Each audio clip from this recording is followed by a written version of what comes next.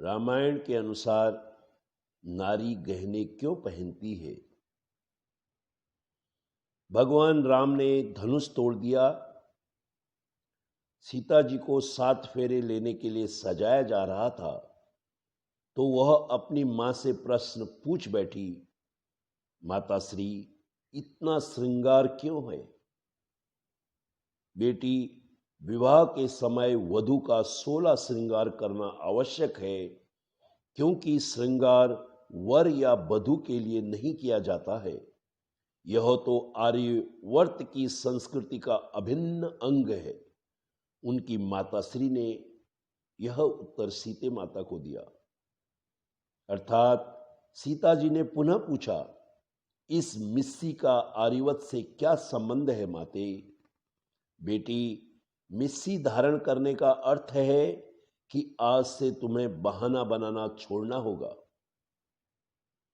और मेहंदी का अर्थ है कि जग में अपनी लाली तुम्हें बनाए रखनी होगी, और काजल से यह आंखें काली क्यों कर दी बेटी?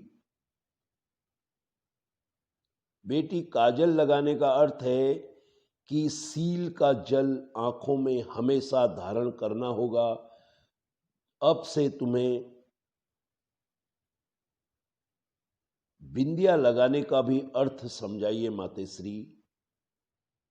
बिंदी का अर्थ है आज से तुम्हें शरारत को तिलांजलि देनी होगी और सूर्य की तरह प्रकाशमान रहना होगा। यह नथ क्यों है? नथ का अर्थ है कि मन की नथ, यानी किसी की बुराई आज के बाद नहीं करोगी, मन पर लगाम लगाना होगा। और यह टीका का क्या तात्पर्य है माते? पुत्री, टीका यश का प्रतीक है। तुम्हें ऐसा कोई कर्म नहीं करना है जिससे पिता या पति के घर कभी कलंकित हो, क्योंकि जब तुम 2 घरों की प्रतिष्ठा हो। और यह बंधनी क्यों?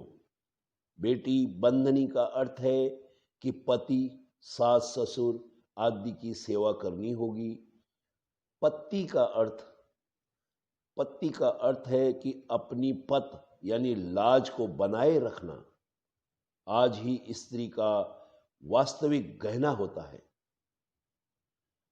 पति स्त्री का वास्तविक गहना होता है। ये कर्णफूल क्यों?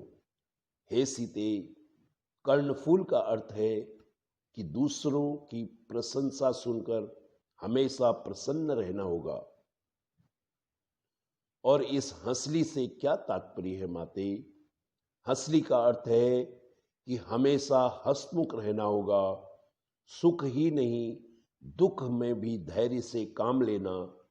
मोहन लता क्यों? मोहन माला का अर्थ है कि सबका मन मोह लेने वाले कर्म करती रहना। नौलखा हार और बाकी गहनों का भी अर्थ बता दीजिए माता श्री।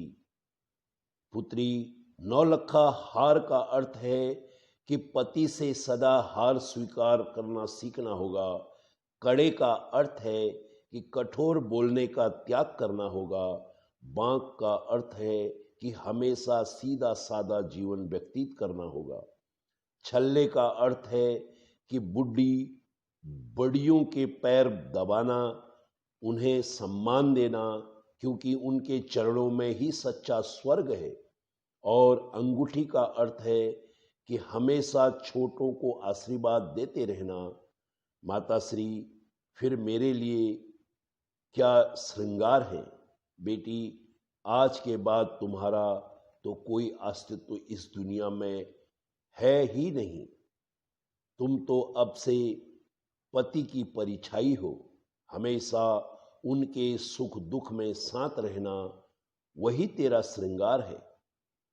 और उनके आधे शरीर को तुम्हारी परिछाई ही पूरा करेगी।